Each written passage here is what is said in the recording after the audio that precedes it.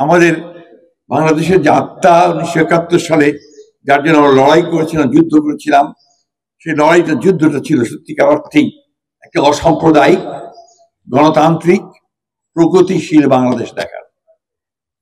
আমি এটুকু জোর গলায় বলতে পারি যে আমি এখনো সেই পথেই আছি এবং আমরা বাংলাদেশের মানুষ, আমরা 90% মানুষই আমরা সেই পথেই আছি। আমরা বিশ্বাস করি যে সত্যের জয় হবে, প্রমাণিত হয়েছে।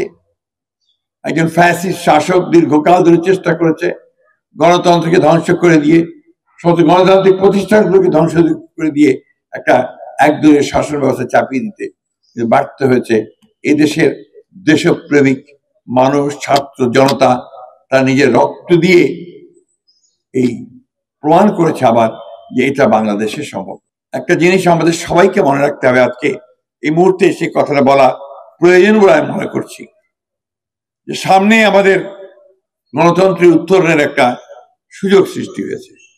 অর্থাৎ আমরা আগামী 26শে ফেব্রুয়ারি মাসে নির্বাচনে যাওয়ার একটা কথা হয়েছে।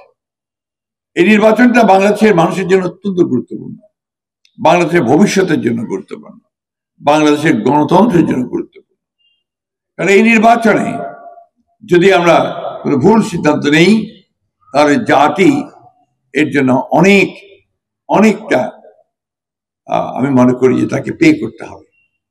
এবং আমি বিশ্বাস করি বাংলাদেশের মানুষ কখনো ভুল করে না, এবারও ভুল করবে না, সঠিক সিদ্ধান্ত নেবে।